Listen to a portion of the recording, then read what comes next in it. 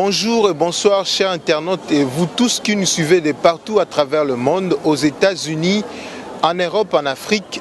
C'est aujourd'hui que nous avons choisi ici au siège de l'IDPS où le préparatif de retour de la dépouille mortelle du fait Etienne Tshisekedi wa Mulumba va atterrir bientôt là d'ici le 30 mai. Ici nous avons avec nous ici les communicateurs de l'UDPS, M. Amissi, avec qui je dis déjà bonjour monsieur. Bonjour monsieur les journalistes. Nous sommes ici au parti. Déjà, comment le préparatif de retour du corps d'Etienne Tshisekedi se passe? Mais comme vous le constatez maintenant là, il y a l'effervescence au sein de la permanence de l'UDPS. Cela veut dire nous sommes en préparation de tout ce qui sera comme événement lors de l'arrivée du corps de celui que nous appelons le père de la démocratie, celui qui a fait l'éveil politique dans notre pays. Je cite Etienne Tshisekedi wa Mulumba, le président des restes mémoire de l'UDPS. Je crois que l'engouement est là et chaque regroupement sont en train de faire les préparatifs par rapport à l'arrivée de ces corps. Et donc le décor est déjà planté, la date est déjà connue. C'est le 30 de ce mois que la dépouille mortelle du président Tshisekedi va fouler le sol de ses ancêtres.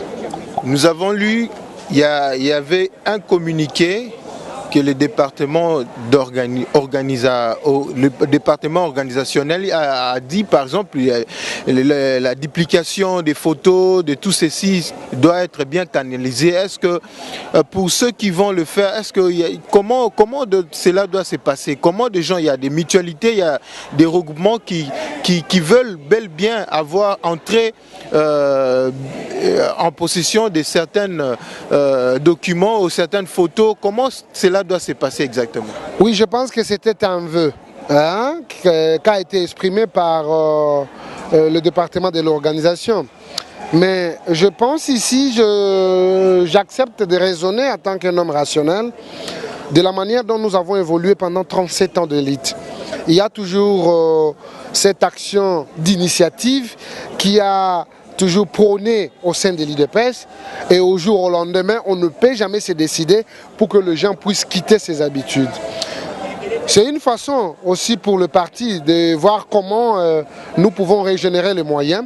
Mais étant donné que ce sont des initiatives individuelles, c'est un peu difficile du fait que la date où le corps de notre illustre disparu va fouler le sol de ses ancêtres est proche. Je crois que ça pouvait peut-être avoir de l'impact dans les jours qui viennent. Mais pour l'instant, qu'on laisse cette initiative de gens, parce qu'on veut aussi voir l'engouement, comme ça a toujours été Tshisekedi, les grands mobilisateurs, Tshisekedi, l'homme de la situation. Le Tshisekedi, c'est un déboulonneur d'un système inconnu. Il a toujours été égal à lui-même et je crois que ses comportements, la faisabilité de toutes les actions qui vont mener vers cette action de l'arrivée du corps du président sera toujours orientée par rapport aux initiatives qui nous caractérisent pendant tant d'années et qu'aujourd'hui on ne peut pas se dédier, on ne peut pas se dénier de ses habitudes. Donc la question du comité d'organisation de réserver la publication de tout ça n'a pas sa place d'être. Je pense que ça sera un peu très difficile. C'est ce que je dis, l'initiative a toujours caractérisé l'IDPS. Chacun viendra avec ses idées. Je crois que c'est ça l'épanouissement. Mais pour que nous puissions avoir le moyen, tel est le vœu de l'organisation, ça je ne vais pas à l'encontre, mais je dis ce qui nous caractérise, cet esprit d'initiative va demeurer, parce que les 30, c'est juste le lendemain ici. Là. Alors si on se dit que les gens se taisent et qu'on ne duplique pas les photos du président, qu'il n'y ait pas de shorts, parce que ça ce sont des initiatives privées qui nous ont aidés d'ailleurs plusieurs années à pouvoir survivre et à pouvoir vendre cette image de marque. Et le vœu de l'organisation, je veux bien, mais je pense que ce n'est pas tombé à point nommé. Il y aura encore d'autres activités ou d'autres opportunités que l'organisation sautera sur, mais pour ce qui concerne Tshisekedi, je pense que c'est mal placé. Etienne Tshisekedi wa Mulumba, le père de la démocratie congolaise, nous avons vu partout à travers la ville des affiches. Et pas dernièrement ici, nous avons vu les amis du Front commun pour le Congo prônait le père de la démocratie, Joseph Kabila. Qu'en dites-vous? Ça, c'est contradictoire. On veut être des rationnels. Parce que quand on émet, n'est-ce pas, une objection, nous devons comprendre qu'il y aura des contre-objections. Si nous avons appelé Tshisekedi le père de la démocratie en République démocratique du Congo, c'est significatif. C'est quelqu'un qui s'est acharné contre la tyrannie de la Deuxième République. Comme vous le savez, avec Mobutu, on ne pouvait pas avoir des sons de cloche. Mais avec Tshisekedi, nous avons eu des sons de cloche. C'est-à-dire savoir réclamer, savoir affronter et savoir s'approprier. C'est ça la lutte de l'UDPS, c'est ça la lutte qui a été incarnée par Tshisekedi. Il nous a demandé tout au long de sa vie de bannir la paix. Et quand on ne sait plus maintenir la paix, c'est par là où la victoire va commencer. Mais quand on dit que M. Kabila, le père de la démocratie, en quoi les élections ont été prévues en 2016, nous en avons eu les élections en 2018. Comment peut-on dire de quelqu'un pareil comme père de la démocratie dans notre pays? On incarcérait les gens, on emprisonnait les politiciens, on ne pouvait pas parler. La manifestation pacifique n'était pas autorisée. En quoi peut-on se rappeler de cette personnalité en tant que père de la démocratie? Je crois que Tshisekedi mérite mieux. Et on ne peut pas le comparer avec d'autres. Il est le seul et unique à son genre. Je cite le père de la démocratie en République démocratique du Congo, Etienne Tshisekedi Wamulumba, mon maître à moi. Oui, Etienne Tshisekedi, le père de la démocratie congolaise, mais aussi l'actualité, Sylvestre Ilunkamba, cet oiseau rare tant attendu en République démocratique du Congo après l'élection du président Félix Tshisekedi. Aujourd'hui, le président a donné un premier ministre. Selon vous, est-ce que c'est cet homme que vous vous attendez à l'IDPS? Je suis optimiste. Quand vous appelez Ilunkamba un homme, un oiseau rare, en quoi? Il a été au Copirep. Il était d'ailleurs le PDG de SNCC, malgré son passage dans ces deux entreprises. C'est juste le sombre qui les caractérise. Parce que vous savez, dans ces pays, nous devons nous dénier de certaines habitudes qui d'ailleurs n'est plus à démontrer pour l'instant. Les gens qu'on appelait les technocrates et consorts, ce sont des gens qui nous amenaient les litanies de diplômes. Ils nous démontraient verbalement les compétences, mais malheureusement, sur la faisabilité, il n'y avait rien à démontrer que ces gens-là détenaient des diplômes aussi considérables. Aujourd'hui, nous avons Félix Tshisekedi, chef de l'État. Les actes parlent d'eux-mêmes. Le comportement, la ténacité, la vouloir faire de l'homme est démontrable par rapport à tous ces diplômes dont nous faisons allusion à vos Ilunkamba et consorts. Vous doutez à ce que ce monsieur puisse répondre favorablement à la vision du chef de l'État? Je crois qu'on dit toujours que l'histoire nous apprend et nous aide à pouvoir construire l'avenir. L'histoire de ce monsieur est sombre. C'est par rapport à la coalition que M. Tshisekedi, président de la République, a apporté sa signature pour confirmer M. Ilunkamba. Personnellement, je sais que dans l'IDPS, il y a des fils et des filles capables, n'est-ce pas, d'assumer ces postes. Mais malheureusement, par rapport au contexte de la coalition, nous avons vu M. Kabila nous présenter un produit vraiment, je m'excuse, c'est un produit fini. Hein. Malgré ses diplômes, il a déjà tout donné ce qu'il pouvait faire. Mais je ne sais pas moi ce qu'il fera. Mais ce qui est à retenir, il va trouver un programme très ambitieux qui doit être visible et palpable par le peuple congolais, que ce programme est incarné par les chefs de l'État.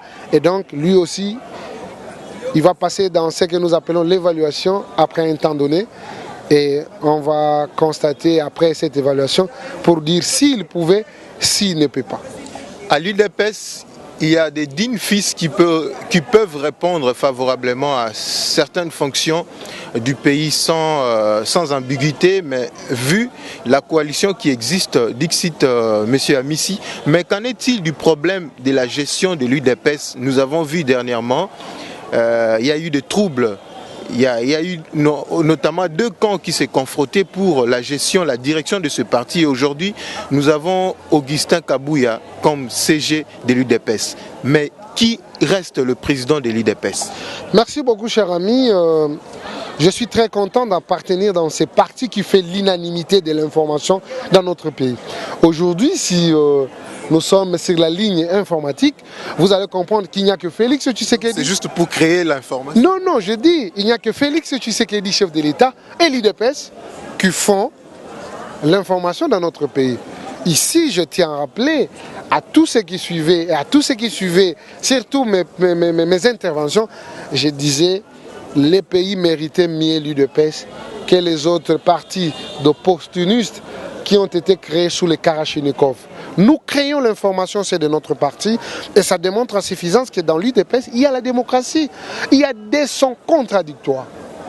Par rapport à la gestion de l'UDPS, ça c'est vrai. Mais nous ne pouvons pas oublier qu'on n'est pas ici pour faire le chant, nous sommes ici en train de pratiquer la politique. Et dans une question politique, mérite une réponse politique. C'est ce qui justifie même cette recommandation, n'est-ce pas? Ces mandats que le chef de l'État a conféré à M. Jean-Marc Kabound comme président AI, en lui conférant tout le pouvoir qui lui sont reconnus en tant que président du parti, c'est-à-dire il peut nommer, il peut révoquer et il peut avoir toutes les décisions sans tenir compte. Sans tenir compte. C'est ce que je suis en train de vous dire. Le statut, c'est le statut de l'UDPS. C'est le statut d'un parti politique. Dans une question politique, il y a aussi des réponses politiques. Je m'explique. Félix Tshisekedi, l'armée de Félix Tshisekedi s'appelle l'UDPS. Mais on ne peut pas comprendre qu'il y ait des gens de l'UDPS qui veulent séparer Tshisekedi et son arme, de s'engager à une guerre qu'on ne connaît pas. L'âme, c'est Jean-Marc Kabound. Non, l'âme, c'est l'UDPS. Jean-Marc Kabound, c'est un individu qui, d'ailleurs, on lui a fait porter le téléphone et quand ça va sonner, il faut retourner ça au propriétaire. Au propriétaire, c'est Tshisekedi. Et donc, ce n'est pas un débat. Nous avons statué par rapport à cette question politiquement et la réponse est idoine. Ça doit être une question politique. Et c'est dans cette question politique où vous verrez que M. Kabound a pris le luxe de nommer M. Augustin Kabouya, secrétaire général, aujourd'hui, que je tiens à féliciter en passant, que le parti doit vivre, le parti doit être géré, et la République aussi doit être gérée. Nous devons faire le distinguo. Le distinguo, c'est ça. Laissons calme, laissons les autorités très calmement, laissons aussi la République soit dirigée par l'alternative crédible, Félix Tshisekedi, chef de l'État. Et ici, nous avons quelqu'un qui gère les partis au quotidien, c'est Augustin Kabouya. Donc, il le mérite, c'est un combattant. Je ne sais pas moi, qui peut dénier Kabouya cette tâche ou cette qualification d'un combattant. Il le mérite. Dans la vie, nous devons savoir applaudir les autres pour que vous soyez aussi être applaudis. Merci beaucoup. C'était M. Amissi avec qui nous avons discuté toutes les questions d'actualité. Vous avez suivi avec moi et on se retrouve très prochainement. Je ne sais pas, M. Amissi, vous avez un petit mot à renoncer à ceux qui vous suivent? Non, non, je suis en train de remercier toute la jeunesse qui nous soutient toujours.